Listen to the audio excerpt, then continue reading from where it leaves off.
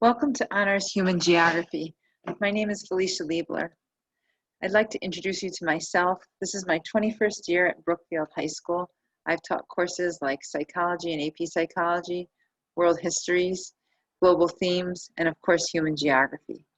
I attended the University of Connecticut for both my bachelor's and master's in history, political science, and international studies. That did include some travels abroad. My family I'll share with you in a moment, but my hobbies include running and cooking, so that tends to work out. This is my family, and I point out that I do love cats, but I have a 14-year-old and a 12-year-old, which for me means that I could really understand your experience as parents and what it might be like having kids that are actually old enough to be in front of me and in my class. Geography is important. It's highly relevant to our world. We live in a very global environment, and it's complex. And this class aims to help with that.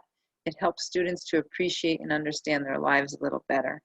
Our course this year begins with looking at basic geography and human geography and their tools, that maps and GPS and different ways that geographers approach studies. It will move on to study the populations of the world, development, sustainability, food and agriculture, just to name a few things.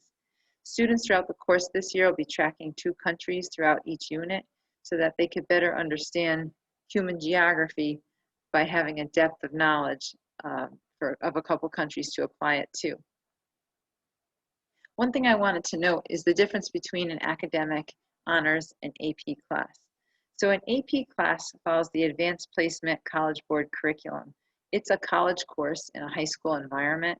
It's a much faster pace, and while depth is important, so is breadth. They have to cover the entire curriculum that a college course would. Honors Human Geography has that rigor, but doesn't have to cover, the breadth of knowledge that an AP course would. It certainly does have the depth. I'd say that honors students tend to have stronger habits and study skills. For that reason, I'm able to pace more quickly. My expectations for them are a little bit higher. The amount of reading that they have to do is more, and the amount of writing that they have to do is more. For an academic class, assignments tend to be broken down into more steps, which involves more time, whereas the honors students can just kind of get a direction and go with it. If they need some clarification or help, they can get it, but they tend to be more independent learners.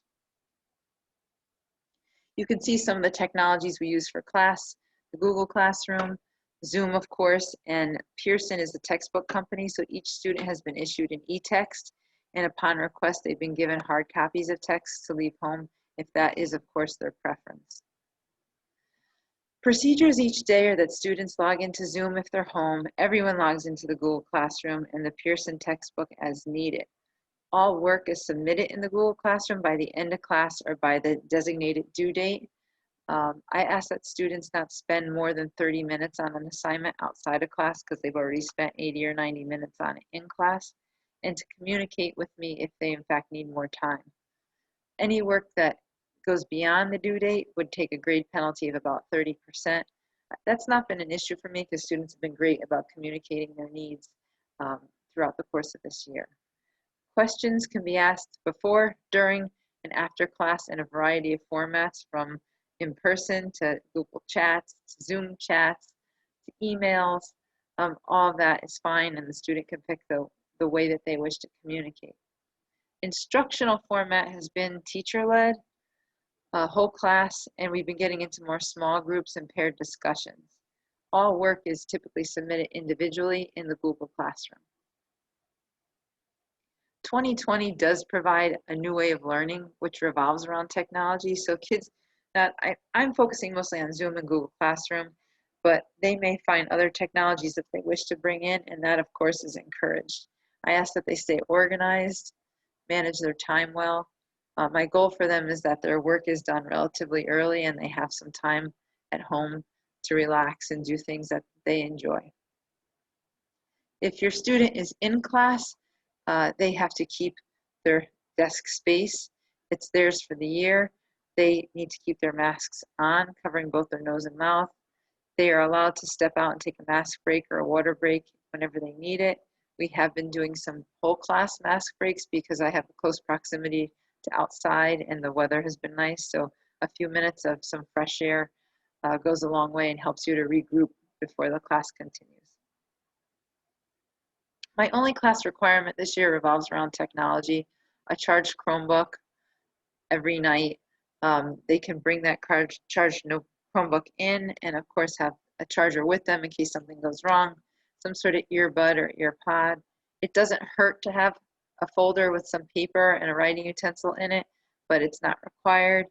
I do like that they keep a planner, whether it's an online one or an actual like old school paper planner. I do still see a lot of those in class. My expectations are that students attend class virtually in person the whole time till they're dismissed. If they're at home, their video or camera should be turned on at all times.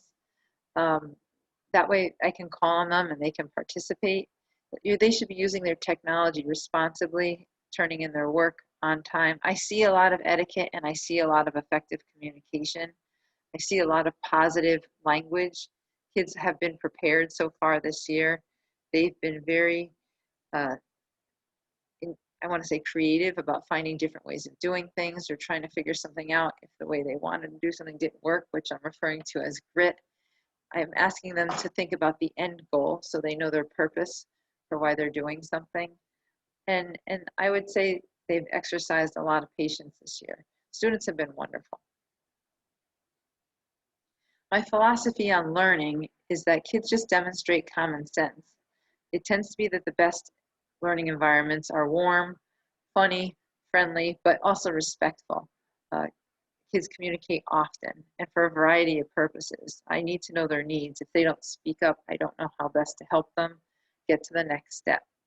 I ask that students act responsibly and they make strong decisions for themselves. It's okay to make a mistake. I don't expect them to be perfect, but if they make a mistake, I ask that they reflect on it and adjust, try not to make it a second time. And I would say, you know, given all that is educational this year, they have been really positive and upbeat, and that's been a real joy in working with them. Communication is huge, and I've highlighted it already. So please encourage your student to communicate with me. I will be gentle with them, but it's a really great experience for them to self-advocate. Feel free to reach out to me if you like. I will try to keep you in the loop with large class communication, just letting you know what's going on. In addition, you know, they can reach out in any format that is comfortable for them this year.